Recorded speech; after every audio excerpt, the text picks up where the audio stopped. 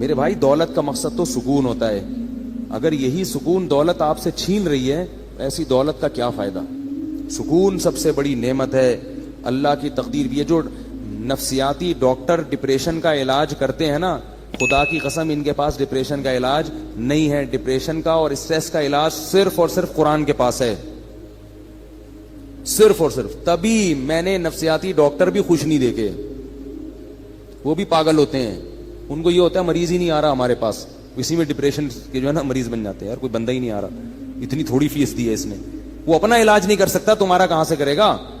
جب وہمی کا فون آتا ہے وہمیوں کا, تو میں ان کو مسائل کا جواب نہیں دیتا, کیونکہ وہمیوں کی باتیں سننے سے مجھے ڈر ہوتا ہے کہ میں بھی کہیں وہمی نہ ہو جاؤں. حضرت وہ وضو نہیں ہو رہا, حضرت وہ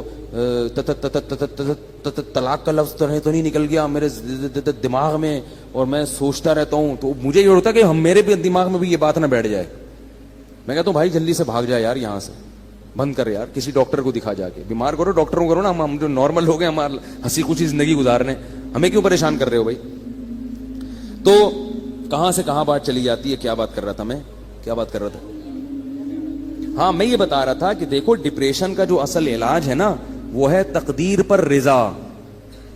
سب سے بہترین علاج یہ ہے کہ اللہ کا جو معاملہ میرے ساتھ ہے میں اس پر راضی ہوں.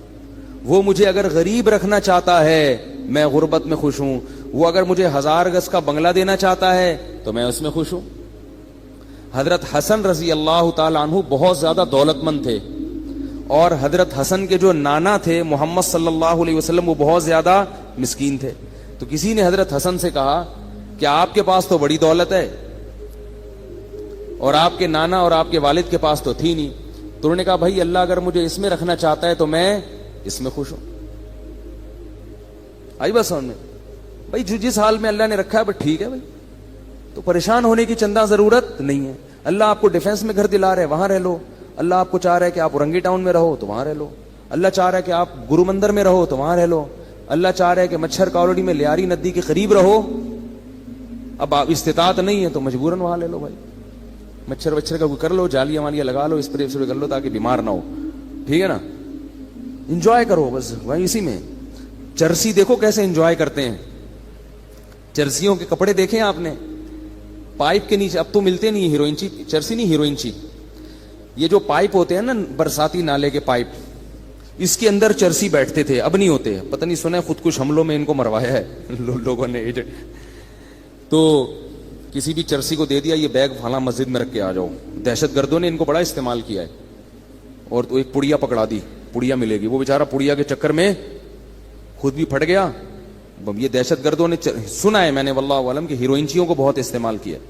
تو ہیروئنچی جو تھے ہم جب بچپن میں دیکھتے تھے وہ برساتی نالوں کے اندر بیٹھے ہوتے تھے, برساتی نالوں کے اندر ہیروئنچی بیٹھے ہوتے تھے, اور منہ میں بھی ان کے پائپ ہوتا تھا. تو اس زمانے میں بچپن میں ایک ڈرامہ آیا تھا, میں نے توبہ کی بھی ہے, پرانی باتیں کبھی کبھی بتا دیتا ہوں. اس میں ایک ہیروئنچی کو گانا گاتے ہوئے دکھایا کہ وہ مست ہے ہیروئن میں, پی ہوئی ہے اس نے, پائپ کے اندر بیٹھا ہوا ہے اور اس کے منہ میں بھی پائپ ہے جس میں چرس ہے. تو کہہ رہا ہے میں پائپ کے منہ میں ہوں, میرے منہ میں پائپ ہے. ٹھیک ہے, اسی کو انجوائے کر رہا ہے وہ. کہہ رہے یہ نعمت کس کے پاس ہوگی کہ پائپ کے منہ میں بھی ہو اور پائپ بھی اس کے منہ میں ہو. بھائی ایک ہی وقت میں ایک چیز منہ میں ہو سکتی ہے نا, یا تو آپ اس کے منہ میں ہو یا وہ آپ کے منہ میں. لیکن کہہ رہے ہمارے ساتھ اللہ کی قدرت عجیب ہے, میں پائپ کے اندر بیٹھا ہوں اور پائپ میرے اندر گھسا ہوا ہے. تو ایک ہیروئنچی سے کسی نے پوچھا, وہ بھی مست ایسے پڑا ہوا ہے نا خوش, تو اس ہیروئنچی سے کسی نے پوچھا کہ ہم نے سنا ہے کہ تم لوگ اتنے خوش ہوتے ہو پی کے کہ تم سمجھتے ہو کہ ہم چاند پہ پہنچ گئے ہیں. تو ہیروئنچی کہتا ہے تو ابھی کہاں بیٹھا ہوا ہوں میں. تو ہمارے حضرت فرمایا کرتے تھے جیسے یہ لوگ نشے میں دیوانے ہو جاتے ہیں اور سارے غم بھلا دیتے ہیں, تو مسلمان کو چاہیے کہ وہ اللہ کی محبت میں اسی طرح دیوانہ ہو جائے اور سارے غموں کو بھلا دے. بولے بھائی میرا مقصود, میرا مطلوب, میرا محبوب, میرا معبود صرف اللہ کی ذات ہے, مجھے جنت مطلوب ہے, یہاں مجھے 1000 گز کا بنگلہ نہ ملا, جھونپڑی میں گزارا کر لوں گا, جنت کے محلات مجھے ہر قیمت پہ چاہیے. یہاں مجھے کالی کلوٹی مل گئی. ایک بندہ آیا, میں میری بیوی بہت ہی بدصورت ہے, میں کیا کروں, پھنس گیا ہوں میں نے کہا صبر کرو, تم کون سا اتنے حسین ہو. ہمارے جو ہے نا ایک جامعہ میں ایک لڑکا تھا, اس کی شادی ہوئی تو ہمارے استاذ کے پاس آیا. اب اس کو شرم بھی آ رہی تھی کیونکہ استاذ تھے بڑے پیر و مرشد. تو وہ استاذ ہمیں واقعہ سنا رہے تھے, کہہ رہے میرے پاس آیا اور بڑا شرما رہا ہے, بڑا میں حضرت میں بڑا پریشان ہوں, میں یہ وہ بہت مشکل نا. مجھے بتاؤ کیا بات ہے. اس نے کہا میری شادی ہوئی ہے, میں نے بغیر دیکھے کی اور مجھے بیوی پسند نہیں آ رہی, شکل بالکل بھی اچھی نہیں ہے. تو کہتے ہیں میں نے اس سے کہا کہ کبھی اپنی شکل دیکھی ہے آئینے میں, ٹھیک ہے نا. تو کہتے اس نے کہا ہاں میں نے دیکھی ہے. کہہ رہے ہیں اب اس نیت سے دیکھو کہ میں کیسا ہوں. ایک تو ویسے ہی دیکھتا ہے نا انسان بال سیٹ کرنے کے لیے یا کوئی منہ پہ کچھ لگا ہوا تو نہیں, اس نیت سے دیکھو کہ کیا میں بھی ان لوگوں میں شمار ہوتا ہوں جس کو کوئی خوبصورت ملے. اس نیت سے اب جا کے دیکھو, اپنے نئے نقش نا, پوری ناک کا سائز وائز سب چیزیں چیک کرنا, جا کے کلر ولر بھی دیکھنا اچھی طرح سے. تو وہ کہتے ہیں کہ وہ اس نے دیکھا اور آ کے کہا الحمدللہ میں مطمئن ہو گیا ہوں, ٹھیک ہے نا, کہ اس ڈیزائن میں مجھے یہ بھی غنیمت ملی. تو ڈپریشن, پریشان, یہ ناشکری ناشکری ناشکری, ہر وقت کیا ہے ناشکری. اتنی ناشکری ہے اس سے کیا ہو جاتے ہیں, ڈپریشن کے مریض بن جاتے ہیں. اگر خوش رہو گے بھائی, یہاں جیسی تیسی مل گئی, جنت میں کیا مل جائے گی. اگر صبر شکر سے زندگی گزاری تو جنت میں کیا ملے گا, حور ملے گی. جنت دنیا میں جو کچھ ملتا ہے نا ہم کو اور آپ کو, وہ اس میں ہماری محنت کا دخل نہیں ہوتا, اس میں تقدیر کا دخل زیادہ ہوتا ہے. کیسے کیسے بدصورت لوگ ہیں, بہت خوبصورت عورتیں مل جاتی ہیں, کیسی کیسی بدصورت عورتیں ہیں, بہت خوبصورت شوہر مل جاتے ہیں. با اخلاق لوگوں کو بد اخلاق بیوی مل جاتی ہے, بد اخلاق کو با اخلاق. تو ایسے سارا سیٹ اپ چل رہا ہے. اور جنت کیا ہے, وہ تو اللہ نے نیک لوگوں کے لیے بنائی ہے. وہ تو ان کو تو اللہ نے اسپیشل حسن دیا ہے جنت کی حوروں کو. فرمایا مقصورات فی الخیام, خیموں میں بند کر دیا, تمہارے لیے بنایا گیا ان کو. تو گزارا چلاؤ بھائی, گزارا چلاؤ, سمجھ رہے ہو, زیادہ پریشان ہونے کی ضرورت نہیں ہے. ویسے بھی بڑھاپے میں سب چیزیں ختم, بڈھی ہو جائے گی پھر دیکھنا اس کو کون حسین. بڑھاپے میں نہ خود حسین رہو گے نہ وہ حسین رہے گی, سب حساب. تو تھوڑے دن کی بات ہے, تو صبر کر لو. کیا خیال ہے بھائی, یا پھر وہ کام کرو جو میں بولتا رہتا ہوں, گناہ کی طرف مت جاؤ, گناہ کی طرف مت جاؤ, اس کی ٹھکائی لگے گی. گناہ کی طرف جاؤ گے تو کیا ہوگا, حساب و کتاب دینا پڑے گا اس کا. تو اللہ تعالیٰ نے مسلمان کو ٹینشن فری بنایا ہے. مسلمان کو غم ہوتا ہے تو صرف کون سا غم, کہ یار جنت میں پہنچنا ہے میں نے, اللہ راضی ہو جائے. پھر اس حال میں اللہ اگر آپ کو پیسہ بھی دے دے, آپ کوشش کریں, ہاتھ پہ ہاتھ رکھ کے بیٹھ جانا یہ دین ہمیں نہیں سکھاتا. دنیا میں کامیاب ہونے کی بھی کوشش کریں, کوشش میں کامیابی ہو جائے تو بھی ٹھیک ہے, کامیابی نہیں ہو تو بھی ٹھیک ہے, بس خوش رہے انسان اس پہ. تو اب وہ قوم, اب یہ گھروں کا میں اس لیے کہتا ہوں کہ نبی صلی اللہ علیہ وسلم نے فرمایا بدترین چیز جس پہ انسان کا پیسہ خرچ ہو وہ تعمیر ہے. صحیح حدیث ہے بالکل. آپ کے پاس اگر بہت سارا پیسہ ہے نا تو سب سے پہلے کیا کریں آپ, اچھی خوراک کا انتظام کریں. پیٹ میں اچھی چیز اترنی چاہیے, جیم جیلی اور یہ ساری چیزیں چھوڑ دیں, شہد کھایا کریں. ڈالڈا گھر سے نکال دیں, جب اللہ نے آپ کو مالی وسعت دے دی, زیتون اور دیسی گھی لا کے ڈبے رکھ دیں گھر میں. بیگم جو پکے گا گھی میں پکے گا, 10 انگلیاں گھی میں اور سر کڑھائی میں, ٹھیک ہے نا. اب گھی پکے گا ہمارے. بادام کھائیں, ہمارے حضرت کو اللہ نے غربت میں رکھا تو حضرت کے پاس پیسے ہی نہیں ہوتے تھے کچھ کھانے کے, تو وہ 60 سال حضرت نے غربت میں خوشی میں گزارے. اتنی غربت تھی میرے شیخ و مرشد کے پاس 60 سال کی عمر تک, کہ فرماتے ہیں کہ میرے پاس انڈا خریدنے کے پیسے نہیں ہوتے تھے. اور عالم کتنے بڑے تھے, دارالعلوم کورنگی کے شیخ الحدیث تھے, سب سے بڑا مرتبہ. کتنا بڑا ادارہ ہے نا دارالعلوم کورنگی. حضرت مفتی محمد شفیع صاحب رحمہ اللہ کے نائب سمجھے جاتے تھے. اور لیکن لوگوں کو پتہ نہیں چلتا تھا آپ کی غربت کا, کیونکہ رہتے اتنے استغنا کے ساتھ تھے نا کہ لوگ ان سے قرضے مانگنے آتے تھے. یہ نہیں کہ غربت میں اپنے پھٹے پرانے کپڑے پہن کے ایسا صورت بنا لی کہ لوگ مولوی صاحب پہ ترس کھا کے پیسے دینا شروع کر دیں. نہ بڑا استغنا, اور فرماتے ہیں کہ میرا گھر بھی ذرا دور تھا کچی آبادی میں، کیونکہ پیسے تھے ہی نہیں کہ پکی آبادی میں گھر لے لیں. تو فرماتے ہیں میں پتہ کیا سوچتا تھا کہ میں چونکہ بادشاہ ہوں اور بادشاہ ذرا ہٹ کے رہتا ہے، بادشاہ تھوڑا سا، تو کہہ رہے ہیں ہمارا اسٹائل تھوڑا سا کیا ہے، ہٹ کے، خوش رہتے تھے. کہتے ہیں ایک دن کیا ہوا کہ ایک مہمان ہمارے گھر آیا، دال کھلائی ہم نے، پھر کچھ دنوں کے بعد آیا، دال پکی ہوئی تھی، پھر آیا، دال پکی ہوئی تھی. تو ایک دن آ کے کہتے ہیں آپ لوگ کیا دال کے علاوہ کچھ نہیں پکتا؟ وہ مہمان بھی تنگ آ گیا نا. تو حضرت فرماتے ہیں کہ اس کے بتانے سے میری توجہ گئی ہے کہ ہمارے ہاں بہت دنوں سے دال پک رہی ہے، اور اللہ نے ان کو اہلیہ بھی ایسی ہی دی تھی، صبر شکر والی، بڑی تعریفیں کرتے تھے اپنی زوجہ کی، وہ ابھی تک ماشاءاللہ حیات ہیں، اللہ ان کی عمر برکت. اللہ فرماتے ہیں کہ مجھے حور بھی مل جاتی تو میں اتنا خوش نہ ہوتا. اللہ نے مجھے ایسی بیوی دلا دی ہے جو ایسی صبر شکر والی ہے جو لاکھوں میں کسی ایک کو ملتی ہوگی، بلکہ کہتے تھے کسی ایک کو بھی نہیں ملی ایسی بیوی. بڑی تعریفیں کرتے تھے اپنی زوجہ کی، کیونکہ انہوں نے کبھی بھی ناشکری، وہ دیکھتی تھی بھائی میرے شوہر غریب ہیں تو جو وہ بھی تو دال ہی کھا رہے ہیں نا، تو ہم بھی دال کھا رہے ہیں، کوئی بات نہیں، اسی پہ گزارا کریں گے. اور ہمارے حضرت کو وہ دعاؤں کی وجہ سے ملی تھی یہ بیوی. ہمارے حضرت کا واقعہ لکھا ہے، وہ بتاتے تھے کہ بچپن میں حضرت کا رشتہ طے کر دیا کسی خاتون سے. اب ان میں حیا بہت تھی، وہ تو پہلے زمانے میں تو نہیں ایسا ہوتا تھا کہ پہلے طے کر لو، ابا کو بتا دو، ابا کرنی ہے کرو نہیں تو میں جا رہا ہوں. یہ تو اب ہوتا ہے نا. پہلے تو وہ لڑکے جب بالغ ہوتے تھے، ایک تو بالغ ہوتے ہی ماں باپ ان کی شادی کی فکر کرتے تھے، ان میں حیا ختم ہونے سے پہلے ان کو گھر بار کا کر دیتے تھے. تو ہمارے حضرت کا جب بالغ ہوئے تو حضرت فرماتے ہیں مجھے تو شرم آتی تھی شادی کا نام لیتے ہوئے بھی. ابا نے کہیں ہماری منگنی کر دی، طے کر دیا. اب ابا کو کیسے کہیں ابا یہ پتہ نہیں، یہ ہمارے حضرت تو دیندار تھے بچپن سے، والد صاحب بھی ان کے فرماتے ہیں مجھے بہت دیندار چاہیے تھی، صبر شکر والی. تو کہتے ہیں کہ میں نکل گیا کھیتوں میں جا کے چپکے سے سجدے میں گر کے میں نے اللہ سے دعا مانگی، رویا اللہ کے سامنے، اے اللہ اگر تیرے علم میں یہ میرے لیے بہتر نہیں ہے تو یہ رشتہ کسی طرح سے توڑوا دے. زبان کے چونکہ پکے تھے تو خود نہیں توڑنا، زبان دے چکے ہیں، یہیں کسی طرح جان چھڑوا دے یہاں سے، اور ایسی جگہ کروا دے جو میرے لیے بہتر ہو. تو اللہ کی قدرت یہ ہوئی کہ لڑکی والوں نے خود ہی انکار کر دیا کوئی عذر بنا کے. تو پھر حضرت کی یہاں شادی ہوئی جہاں جن کو ہم پیرانی صاحبہ کہا کرتے تھے. تو حضرت بڑی تعریفیں کیا کرتے تھے، اور اتنی ان میں حیا تھی کہ وہ حضرت ان کا فرماتے تھے کہ علماء دعوتیں کرتے تھے تو اس میں لوگ اپنی اپنی اہلیہ کو لے کے جاتے تھے. مفتی محمد شفیع صاحب نے کہا کہ آپ بھی اپنی اہلیہ کو لے کر آئیں. میں نے کہا ٹھیک ہے. میری اہلیہ نے کہا میں گھر کی چار دیواری سے باہر نہیں جاؤں گی. بس جائز ہے جانا، یہ نہیں کہہ رہا کہ نبی صلی اللہ علیہ وسلم بھی اپنی زوجہ کو لے کے گئے دعوت پہ، لیکن ان کا مزاج ایسا تھا بھائی میں گھر میں مجھے نہیں جانا.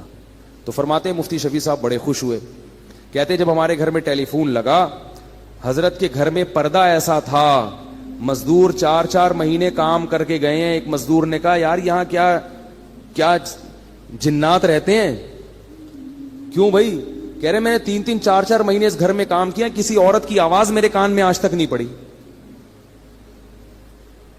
وہ ذاتی طور پر یہ چیزیں آدمی ڈنڈے کے زور سے تھوڑی بیوی سے یہ سب کچھ کروا سکتا ہے، تو اپنے اندر تقوی ہو.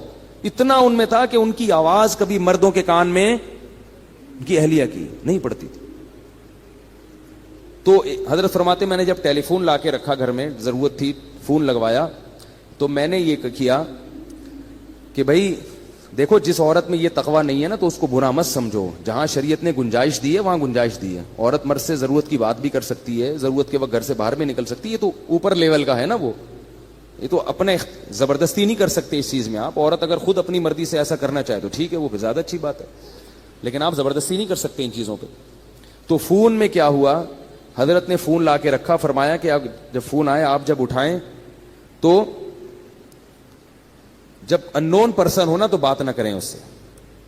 اور پتہ کیسے چلے گا کہ اپنی بہو بیٹی کا فون ہے تو فون پہ تھوڑا سا ہاتھ مار دیں، اگر آگے سے عورت کی آواز آئی ہے تو بات کر لیں، یا اپنے کسی بیٹے کی آواز آئی تو بات کر لیں، ورنہ بات نہ کریں. ہم اگر گھر میں کہہ دیں کہ بھائی جب فون اٹھاؤ تو بولو نہیں، تو میرا خیال ہے اگلے دن بیان نہیں ہوگا. بولیں گے پتہ نہیں کس فنڈامنٹلسٹ سے، بنیاد پرستوں سے کہاں پھنس گئے ہیں، طالبان سے شادی ہو گئی ہے. ٹھیک ہے نا. لیکن ہم بھی ایسے ہی، ہم کون سا اتنے پرہیزگار ہیں، تو اتنا ہی تقویٰ ہونا جتنا یعنی بھائی جتنے خود ہو اتنے ہی دوسرے پہ کو مکلف بناؤ نا. حضرت تو خود بھی بڑے پرہیزگار تھے نا. تو حضرت فرماتے ہیں میں نے کہا اپنی اہلیہ سے کہ یوں کرنا, تو انہوں نے کہا میں نے فون کے قریب ہی نہیں جانا, میں نے فون اٹھانا ہی نہیں ہے, مجھے اس سے ویسے ہی کیا ہے الرجی. یہ مردوں کا کام ہے فون سننا. فون جس نے بیٹے بیٹی کا فون آئے گا تو آپ سن لو, مجھے بتا دیا کرو تو میں بات کر لوں گی, ورنہ میں اس طرف نہیں جاتا. تو بڑی اللہ نے صبر شکر والی زندگی دی تھی ان کو. تو حضرت فرماتے ہیں اسی غربت کی ایام میں ایک انڈے والا آیا, ٹھیک ہے نا, انڈے بیچ رہا تھا, تو وہ ابلے ہوئے انڈے نا, تو وہ کہتے ہیں ہمارے گھر آیا, بولے مولوی صاحب کتنے انڈے لیا کرو گے آپ مجھ سے, بھئی آپ کے گھر کے اتنے افراد ہیں, میاں بیوی ہیں, بچے بھی ہیں. تو اس کا خیال تھا کہ 4-6 انڈے تو لے لیا کریں گے. حضرت فرماتے ہیں میں نے کہا نہیں, ہمارے یہاں پہلے سے کوئی انتظام ہے, ایسا کر دیا. حالانکہ فرماتے ہیں کہ اصل بات یہ تھی میرے پاس انڈا خریدنے کے پیسے بولو بھائی نہیں تھے, لیکن اس کے سامنے اپنی غربت نہیں بتانی میرے پاس تو پیسے ہی نہیں ہیں. وہ کہ چلو زکات والے انڈے پھر میں آپ کو دے دیا کروں گا.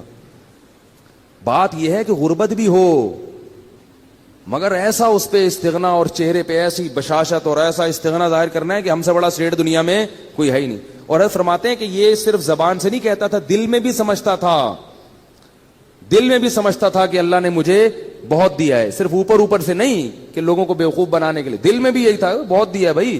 فرماتے تھے کہ میں 2 وقت کی روٹی کھا رہا ہوں بھائی, اور کیا چاہیے, خالی روٹی بھی کافی ہے, تو اللہ نے مجھے دال بھی دی ہے. اس پہ سوچ سوچ کے خوش ہوتے تھے کہ دال بھی دی اللہ نے مجھے, واہ واہ سبحان اللہ, اتنا خوش ہوتے تھے اس پہ, دال بھی ہے. اور اپنے شیخ کی زیارت کے لیے لاہور جایا کرتے تھے, پورے سال تنخواہ سے پیسے جمع کر کر کے ٹرین کا ٹکٹ ہوتا تھا, پورے سال کی تنخواہ سے کاٹ کاٹ کے ایک دفعہ کا چکر لگتا تھا. یہ حالت تھی. اور پھر کیا ہوا ہے کہ پودوں کا بڑے مزاج ان کے, غربت تھی مگر مزاج شاہانہ تھا, گرینری کا بڑا شوق تھا, پھول لگانے کا, پودے لگانے کا, خوشبوؤں کے استعمال کا. تو پودے لگانے کے لیے نا ان کے پاس وہ نہیں تھا, شاور نہیں ہوتا وہ پانی دینے کے لیے, اس میں پتہ نہیں کیا ٹیکنیکل چیز کر کے ایک شاور بنایا تھا حضرت نے, تھا بڑی صفائی ستھرائی.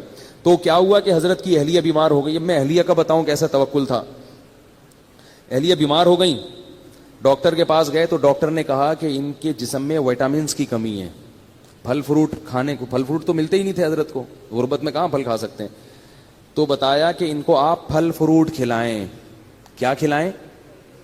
یہ میں صرف اپنے شیخ کے واقعات نہیں سنا رہا, مقصد یہ ہے کہ ایسی زندگی گزرے گی تو صحت بھی ملے گی, بغیر سیب کے آئرن آئے گا آپ کے جسم میں. اور ٹینشن والی زندگی گزارو گے نا, سیب کے جوس بھر بھر کے پی لو پھر بھی آئرن کی کمی ختم نہیں ہوگی. آپ فرماتے ہیں میں لے گیا ڈاکٹر کے پاس, ڈاکٹر نے کہا ان کو سیب کھلائیں, آم کھلائیں, یہ کھلائیں, وہ کھلائیں. پیسے ہی نہیں تھے سیب کھلانے کے. تو حضرت فرماتے ہیں میں نے سوچا کہ بھائی ڈاکٹر کو اللہ نے جو علم دیا ہے نا وہ اس حساب سے صحیح بات کر رہا ہے, لیکن اگر میری بیوی کو سیب کی ضرورت ہوتی تو اللہ مجھے سیب کے پیسے دیتے, جب نہیں ہے تو اس کا مطلب اللہ ویسے ہی آئرن کی کمی انشاءاللہ پوری کر دے گا, اور اللہ ان کو ویسے ہی ٹھیک کر دے گا. بیوی بھی کیونکہ توکل والی, پھر وہی مثال اپنی اور آپ کی مثالیں آتی ہے ذہن میں. ہم ہوتے کتنے تانے سننے کو ملتے ہیں بھائی, اب کہیں سے لے کر آؤ, سیب لاؤ, چوری کا ہو کہیں سے وہ لے کر آؤ. میں تو کہہ رہی تھی کھانے کو نہیں ہے, دال کھائیں گے تو یہ تو یہی ہوگا نا, روٹی کھا کھا کے, تو آئرن کہاں سے پیدا ہوگا. ڈاکٹر سارے کہتے ہیں سیب کھانا ضروری ہے, اور یہ کھانا ضروری ہے, اور وٹامن کی گولیاں کھانا, جائیدادیں کھانا بھی ضروری ہے. کیا کیا کھا گئے ہیں مگر پھر بھی کمی پوری نہیں ہو رہی, پھر بھی بیمار ہیں. وقت سے پہلے بال سفید ہو رہے ہیں, 20-20, 25-25 سال کے لڑکوں کے بال سفید ہو رہے ہیں, گر رہے ہیں. عجیب حالت ہے یار, 30 سال کا بندہ 50 سال کا لگ رہا ہے آج دیکھنے, سب کچھ کھا کے بھی یہ حال ہے. توکل نہیں ہے, اللہ پہ اعتماد نہیں ہے. تو حضرت فرماتے ہم آ گئے, ہم نے کہا بھائی ہمارے پاس تو نہیں ہے, بس اس اللہ ویسے ہی پوری کر دے گا. اللہ نے کر دی. وہ ماشاءاللہ اب تک زندہ ہیں, 90 سال تو میرا خیال ہے ان کی عمر ان کی اہلیہ کی ہو گئی, جن میں وٹامن کی کمی تھی, ٹھیک ہے نا. 90 سال سے زیادہ ان کی عمر ہو گئی ہے ماشاءاللہ, اور ہوش و حواس میں اللہ ان کی عمر میں اور زیادہ برکت دے. حضرت کا انتقال ہو گیا, وہ پھر بھی زندہ ہے. تو پھر اللہ نے 60 سال کی عمر کے بعد حضرت کو کیا دیا. حضرت کی زمینیں تھیں وہ بکی ہیں, اور کچھ وراثت ملی, بہت اللہ نے پیسہ دیا. پھر اتنی دولت آئی حضرت کے پاس, پھر حضرت نے اسٹائل اپنا چینج کر دیا. جو میں بتانا چاہ رہا ہوں کہ بھئی جب تک نہیں ہے تو دال روٹی کھاؤ, جب ہے تو پھر اسی حساب سے کھاؤ جب اللہ دے رہا ہے. پھر جو نوٹ آتے تھے حضرت کے پاس, دولت کی محبت پھر بھی نہیں تھی, تو حضرت نے بہت سارا پیسہ لگا دیا الائنس میں. وہ ضیاء الحق کے دور میں ایک الائنس والے نکلے تھے, وہ سارا پیسہ ڈوب گیا. ڈوبا ہے تو حضرت کی پیشانی پر اتنا سا بھی بل نہیں آیا, پر ذرا بھی پریشان نہیں ہوئے. جبکہ جن لوگوں کے پیسے اس وقت ڈوبے تھے ان میں سے بہت سے لوگ ہارٹ اٹیک سے مر گئے. تو حضرت نے ان کا نام رکھا شہدائے الائنس, شہدائے الائنس. یہ الائنس والوں کو, اور حضرت فرماتے تھے کتنی گھٹیا موت ہے, پیسے چھن گئے تو مر گئے, کیا دکھاؤ گے منہ اللہ کو؟ اللہ کہے گا کھانے کو روٹی تو مل رہی تھی, سر چھپانے کی جگہ تو تھی. تو حضرت کا بہت سارا پیسہ ڈوب گیا, مگر حضرت پر ایسے ذرہ برابر بھی پیشانی پہ لکیر نہیں آئی. کیوں؟ وہ کہتے تھے یار رہنے کے لیے گھر تو ہے نا, اور کھانے کے لیے روٹی تو مل رہی ہے, تو وہ تو ویسے ہی مسافر خانہ ہے, ساتھ تھوڑی لے کے جانا ہے, ٹھیک ہے نا, ایسے ہی خوش ہے. جو حضرت کے ساتھ اس وقت تھے نا, وہ کہتے ہیں کہ ہم نے اتنا زیادہ کسی میں حوصلہ نہیں دیکھا, اتنی بڑی رقم ڈوب گئی اور بڑے آرام سے بیٹھے ہوئے ہوں, بڑے آرام سے, کچھ ہو ہی نہیں رہا. حضرت گھر کو گھر کہتے ہی نہیں تھے, مسافر خانہ کہتے تھے. جب سعودی عرب سے آئے ہیں عمرہ کر کے, تو وہ گھر پہنچ گئے اپنے. تو جو میزبان تھے نا سعودیہ میں, انہوں نے حضرت کو فون کیا کہ آپ گھر پہنچ گئے ہیں. انہوں نے کہا میں مسافر خانے میں بیٹھا ہوں ناظم آباد کے. پھر 2 دن بعد فون کیا, حضرت گھر پہنچ گئے. انہوں نے کہا بھی ناظم آباد کے مسافر خانے میں ہوں. اس نے کہا آپ مسافر خانے میں کیا کر رہے ہیں, گھر کیوں نہیں جا رہے؟ انہوں نے کہا بھائی یہ مسافر خانہ ہی ہے, گھر ور نہیں ہوتا مسلمان کا. اور واقعی اب دیکھو نا, حضرت کا جنازہ اٹھ گیا نا, قبر میں چلے گئے, ثابت ہو گیا نا کہ واقعی وہ کیا تھا, مسافر خانہ تھا, ثابت ہو گیا. تو ہم لوگ ہیں بے وقوف جو گھر کو گھر سمجھتے ہیں. تو کیا تھا کہ حضرت کو جب اللہ نے دولت دی تو نوٹوں کی گڈیاں رکھی ہوتی تھی اتنی بڑی بڑی, اس میں سے حضرت اپنی ضرورت کے پیسے رکھتے تھے, باقی سارے فی سبیل اللہ صدقہ. اس میں سے گیس کا بل نکالیں گے, جو ضرورت کی چیز خریدنی ہے. گاڑی خریدی حضرت نے, گاڑی کیسی خریدی؟ اب دیکھو پیسہ آتا ہے تو لوگ اپنے اوپر خرچ نہیں کرتے, یہ بھی کنجوسی ہے. وہ بحریہ ٹاؤن میں پلاٹ لے لو, بس پلاٹ لے لو, بس پلاٹ لے لو. ابے بھائی خرچ کرو اللہ کے بندو. حضرت نے ایک فلیٹ بھی خریدا, وہ اس لیے خریدا کہ میں آج مر جاؤں گا تو یہ مدرسے کا گھر ہے, میری زوجہ کہاں رہیں گی, اس نیت سے خریدا کہ میرے مرنے کے بعد میری زوجہ کے لیے انتظام, بولو نا بھائی, ہونا چاہیے. اور بچے کی سب کی شادیاں ہو گئی تھی, وہ الگ ہو گئے تھے, الگ رہتے تھے, تو ان کا تو انتظام ہو گیا. بس ایک زوجہ میں اگر مر گیا تو ان کا کیا بنے گا, یہ تو مدرسے کا گھر ہے, ٹھیک ہے نا. تو یہ مدرسہ یہاں رہتا ہے نہیں رہتا, تو بھائی ان کے لیے فلیٹ خرید لیا. وہ بھی جب اللہ نے بس وہ فلیٹ گئے نہیں, اس میں گئے نہیں. اس کے علاوہ باقی پیسوں کا کیا کرنا ہے, اب کیا پلاٹ خریدنا, کیا گھر خریدنا, گاڑی خریدو. سب سے پہلے خوراک, حضرت نے سب سے پہلے پیسہ کہاں خرچ کیا, خوراک. بھائی خوراک, اب پہلے تو اللہ چلا رہا تھا بغیر خوراک کے, پیسے نہیں تھے. اب اللہ کہے گا اب ہے تو اب تو سیب کھاؤ نا, آئرن کی کمی, ورنہ آئرن کی کمی ہوگی. دولت مند آدمی اگر سیب نہیں کھاتا اس میں آئرن کی کمی ہوتی ہے. غریب آدمی کچھ بھی نہ کھائے پھر بھی فٹ رہتا ہے, کیونکہ اللہ نے اس کو دیا ہی نہیں کچھ, تو اللہ کہتے ہیں اسی میں پوری کر دوں گا میں. شیر کو آئرن کی کمی کے لیے سیب کھانا پڑتا ہے بھائی. شیر میں وٹامن سی کی کمی کہاں سے پوری ہوتی ہے, وہ صرف گوشت کھاتا ہے, اور اسی گوشت میں وٹامن اے بھی ہے, ڈی بھی ہے, سی بھی ہے, سب کچھ ہے اس میں. تو اللہ ہر چیز سے ہر چیز پوری کر سکتے ہیں. ہم خالی گوشت کھانا شروع کر دیں تو مر جائیں گے تھوڑے دنوں میں. تو اب کیا تھا کہ حضرت نے سب سے پہلے کس پہ توجہ دی, خوراک. خوراک ایسی خاندانی, اوہ ہٹو بچوں, بادام صبح, اور 1 گلاس خالص دودھ, بہترین خاندانی قسم کا سیب چھلا ہوا. چھلکے فرماتے تھے, ڈاکٹر نے ایک دفعہ حضرت کو کہا کہ چھلکوں میں طاقت زیادہ ہوتی ہے. حضرت فرمایا پھر چھلکے آپ کھایا کریں. مزاح بہت تھا ہمارے حضرت کی, خوش ہوتا ہے نا انسان تو مزاح بھی ہوتا ہے طبیعت میں. فرمایا پھر یہ آپ کھائیں گے وٹامن, ٹھیک ہے نا. تو اس لیے کہ چھلکے ہضم نہیں ہوتے نا, وہ وٹامن کا کیا کرنا ہے جو ہضم ہی نہ ہو. ڈاکٹر بھی تو بعض پھینکو ہوتے ہیں, بس بول دیتے ہیں, یہ نہیں دیکھتے کہ اس کا کیا نقصان بھی ہوگا, کیا فائدہ ہوگا. چھلکوں میں طاقت زیادہ ہے. اللہ کے بندے, چھلکے اللہ نے جانوروں کے لیے بنائے, ان کو بھی تو کچھ کھانے دو. تو ساری چیزیں خود کھا جاؤ گے تو بکری کیا کھائے گی, ٹھیک ہے نا. تو اب جو ہے وہ چھلکے حضرت نے فرمایا کہ آپ کھائیں. وہ چھلا ہوا سیب کھایا کرتے تھے, میٹھا. جب سیب کا موسم ختم ہو جاتا تھا, اچھے سیب ملنا بند, تو سیب کا ناغا نہیں. حضرت کی مطالعہ بہت تھا نا حکمت پر, ایلوپیتھک سائنس پر بھی مطالعہ تھا اور ہومیوپیتھک پر بھی, اور حکیموں کی کتابیں بھی پڑھی ہوئی تھی حضرت نے, تو خوراک پہ بڑی ریسرچ تھی. وہ فرماتے تھے کہ نہار منہ میٹھا سیب جس نے کھا لیا تو اللہ اس کو ڈاکٹروں سے ہمیشہ کے لیے محفوظ رکھے گا, اور واقعی حضرت کو اللہ نے ڈاکٹروں سے بچایا ہوا تھا. تو جب موسم ختم ہوتا تو پھر پوری دنیا میں تحقیق ہوتی کہاں کا سیب سب سے اچھا ہے, تو پھر ٹورنٹو سے حضرت کے لیے سیب کی پیٹیاں آیا کرتی تھی. سیب کا ناغہ نہیں ہونا چاہیے. بادام, سیب اور بھنے ہوئے چنے یہ کھاتے تھے. اسی طرح میں جب بھی حضرت کے گھر گیا ہوں کھانا بڑا اسٹائلش دیکھا ہے, وی آئی پی قسم کا خاندانی کھانا تھا. کھاتے بہت تھوڑا تھے مگر کھاتے بہت اچھا تھے. پگڑی بڑی مہنگی تھی. ایک دفعہ میں نے قیمت پوچھ لی تھی, وہ اس زمانے میں بڑی ہزاروں روپے کی پگڑی تھی حضرت کی. حضرت فرماتے تھے کہ سر کی پگڑی اور سر کی ٹوپی کی قیمت آپ کے جوتے سے زیادہ ہونی چاہیے. جوتا مہنگا ہے, ٹوپی کیا ہے, سستی. اس کا مطلب سر کو اتنا پروٹوکول نہیں دے رہے, پاؤں کو عزت زیادہ دے رہے ہو. حضرت کا جو سفید رنگ کا کرتا ہوا کرتا تھا وہ بہت مہنگا تھا, بہت مہنگا. اور خوشبوئیں اللہ کی پناہ, اتنی اتنی سی خوشبوئیں اس دور میں 95 کی بات کر رہا ہوں, 50 ہزار روپے کی 95 میں وہ حضرت نے خوشبوئیں رکھی ہوئی تھیں. اور کمرہ اتنا خوبصورت ڈیکوریٹ کیا ہوا تھا, ایسے نہیں کہ وہ اس کو چھچورا پن بنا دیا, اس کو چھمک چھلو بنا دیا کمرے کو, لیکن اتنا خوبصورت کمرہ تھا حضرت کا کہ جب جاتے تھے تو بس دل چاہتا تھا کہ یہاں سے نہ نکلیں. اس میں عود کی خوشبو چل رہی ہوتی تھی ہر وقت. بڑا خوبصورت کمرہ تھا, جنہوں نے دیکھا ہے وہ جانتے ہیں. اس کو تو باقاعدہ دیکھنے جایا کرتے تھے ہم. پھر حضرت کی کرسی, بیٹھنے کا, پھر 24 گھنٹے ایئر کنڈیشن میں رہتے تھے, 24 گھنٹے. بہت وی آئی پی زندگی گزاری. مکان نہیں بنایا, پلاٹ نہیں خریدا, کہ مر جائیں گے, اپنی ذات پہ لگاؤ. ایک بس سنا دوں گاڑی خریدنے کا واقعہ, سنا ہوا ہوگا. پھر حضرت نے کھوجا کہ گاڑی ہونی چاہیے. حضرت نے کیا سوچا کہ کیا ہونا چاہیے, یہ میں آپ لوگ کو بتا رہا ہوں کہ پیسے جمع مت کرو اللہ کے بندو, یہ کوئی قصے کہانیاں نہیں سنا رہا, میں قصے کہانیاں نہیں سنا رہا. حضرت نے کہا گاڑی ہونی چاہیے. گاڑی خریدنے گئے, شو روم میں گئے, تو شو روم والے سے کہا کوئی گاڑی دکھاؤ, گاڑی. اس نے کہا یہ ہے نا گاڑی. انہوں نے کہا یہ گاڑی ہے. ٹھیک ہے, یہ کوئی گاڑی ہے, اس کو گاڑی بولتے ہیں. یہ حضرت اسی سٹائل سے سنایا کرتے تھے, یہ گاڑی.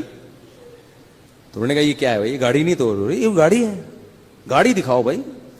تو کہتا ہے مولوی صاحب آپ کی رینج کتنی ہے. اس نے کہا مولوی صاحب ہیں یہ بیچارے کیا گاڑی خریدیں گے, کوئی پرانی سی ایف ایکس لینے آئے ہوں گے, زکات کے پیسوں سے جمع, کسی نے کوئی ہدیہ دیا ہوگا لفافے میں ڈال کے, کوئی جمع ہو گئے ہوں گے, تو وہ یہ سمجھ رہے تھے. اچھا, حضرت کے بیٹے سعودیہ چلے گئے تھے, مدینہ یونیورسٹی میں ان کی بڑی اچھی اچھی تنخواہیں تھیں, تو انہوں نے بڑی اچھی گاڑی خریدی تھی, بہت خوبصورت. حضرت فرماتے ہیں مجھے خیال آیا کہ میرے بیٹوں کے پاس اتنی مہنگی گاڑی ہے تو میں ان سے بھی زیادہ مہنگی گاڑی خریدوں گا. اور آگے ملفوظ دیکھو, فرماتے تھے اس لیے کہ پتہ یہ چلے کہ باپ میں ہوں, یہ میرا باپ نہیں ہے, کیونکہ ان کے پاس اچھی گاڑی آ گئی ہے. میرے پاس اگر پرانی ہوگی تو لوگ ان کو میرا باپ سمجھیں گے, اور مجھے کیا سمجھیں گے, یہ سٹائل تھا بھائی, سٹائل. تو فرماتے ہیں میں نے چاہا کہ میں اس سے زیادہ اچھی گاڑی خریدوں گا تاکہ پتا چلے کہ ابا کون ہے, میں ہوں. ایسا نہ ہو کہ لوگ ان کو میرا باپ سمجھنا شروع کر دیں.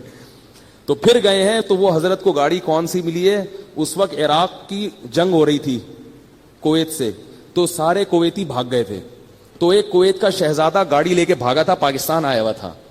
تو حضرت نے پھر کویت کے شہزادے سے گاڑی خریدی. وہ اس گاڑی میں ہم نے بھی بہت سفر کیا, اور اتنی خوبصورت وی آئی پی گاڑی تھی, بیٹھ جاؤ تو اٹھنے کا دل ہی نہیں کرتا تھا. اور فرماتے تھے پھر اس میں جو پیٹرول ڈلواتا تھا تو یہ نہیں کہ 5 روپے کا پیٹرول ڈال دو, یہ بھی کنجوس آدمی کا کام ہے, 50 روپے کا پیٹرول ڈالتا ہے. اب بھائی جب تیرے ہاتھ میں ہے گاڑی تو ٹینکی بھر دینا ایک دفعہ میں, تو کوئی لے کے تھوڑی بھاگ رہا ہے. وہ بھی دماغ میں ہوتا ہے نہیں بھروں گا نہیں, بار بار پیٹرول پمپ پہ لائن لگا کے کھڑا ہوا ہوگا, مگر ایک دفعہ تسلی سے بھرے گا نہیں. تو فرماتے میں جب پیٹرول پمپ پہ جاتا تھا تو ٹینکی بھرتا تھا میں, اور وہ بھرنے میں بہت ٹائم لگتا تھا, لوگ مڑ مڑ کے دیکھ رہے ہوتے تھے بھائی کس کی گاڑی ہے یہ. تو حضرت فرمایا کرتے تھے گاڑی بڑی ہونی چاہیے, ٹینکی بھری ہوئی ہونی چاہیے. یہ حضرت کا ملفوظ تھا. جب دولت اللہ نے دی تو اسٹائل بولو نا بھائی چینج ہو گئی. تو جو اپنی ضرورت کی گاڑی کے پیٹرول کے پیسے نکال لیے, گیس بجلی کا بل نکال لیا, کھانے کے پیسے نکال لیے, اس کے بعد جتنے پیسے تھے حضرت گنتے نہیں تھے, وہ سارے فی سبیل اللہ صدقہ, گنے نہیں بس سب صدقہ. اتنا بڑا اللہ نے دل دیا تھا. یہاں تک کہ جن مدارس میں پڑھایا تھا 20 سال, ان سے جو تنخواہیں لی تھیں وہ تمام تنخواہیں واپس کر دی حضرت نے ان کو. بہت سخاوت کے دریا تھے بھائی وہ تو. ایسے ایسے نوٹ ایسے اٹھا کے نا غربا اور مساکین اور مدارس پہ اور مختلف جگہوں پہ خیر کے کاموں پہ خرچ کرتے تھے. کیسے اسٹائل سے زندگی گزاری بھائی انہوں نے, خوش, اور چہرہ ایسا چمکتا تھا, سرخ چہرہ ان کا, دیکھ کے لگتا ہی نہیں تھا ان کو کوئی بیماری. کیونکہ آدمی جب خوش ہوتا ہے بیمار تھوڑی ہوتا ہے. ایک دفعہ ڈاکٹر آئے ان کو دیکھنے کے لیے, ویسے ہی کسی نے, حضرت ڈاکٹروں کے پاس نہیں جاتے تھے, تو ڈاکٹر جب آیا نا تو انہوں نے کہا کہ آپ کو کوئی بیماری نہیں ہے. 78 سال کی عمر میں. حضرت کا آپ کو کیسے پتا چلا؟ آپ کا جو فیس اور آپ کا جو باڈی ہے نا اس سے پتا چل رہا ہے کہ نہ آپ کو شوگر ہے, نہ بلڈ پریشر ہے, کوئی بیماری نہیں, فٹ فاٹ ہے بالکل. تو اتنی زبردست صحت تھی. لیکن اس کے باوجود حضرت پھر کیا کرتے تھے, موت کے لیے تیار. ہمارے ہاں کسی کے پاس پیسہ ہو, صحت بھی ہو, تو کہے میں مروں نہیں, باقی سب کچھ ہو جائے. تو حضرت فرماتے تھے کہ جب بیمار ہو گئے نا آخری وقت میں, تو علماء کچھ ملنے کے لیے آئے. انہوں نے کہا آپ کی طبیعت بہت خراب لگ رہی ہے, ہم آپ کو دیکھ کے پریشان ہو رہے ہیں. تو فرمایا کہ 75 سال کی عمر میں آدمی نہیں مرے گا تو کب مرے گا بھائی, ٹھیک ہے نا, مرنے تو آرام سے, خوشی خوشی دنیا سے گئے ہیں, اب تو مرنے کا ٹائم ہے, کوئی بات نہیں, اب جانے. اور فرماتے تھے کہ میں 63 سال کی جب میری عمر ہوئی تھی تو مجھے اس کے بعد سے پھر زندہ رہتے ہوئے شرم آنے لگی تھی. کہتے تھے میں سوچتا تھا کہ نبی صلی اللہ علیہ وسلم 63 میں چلے گئے, تو ابھی تک ہے یہاں پہ, ٹھیک ہے نا. کہتے مجھے شرم آتی تھی یار, اب میں ابھی بھی زندہ ہوں.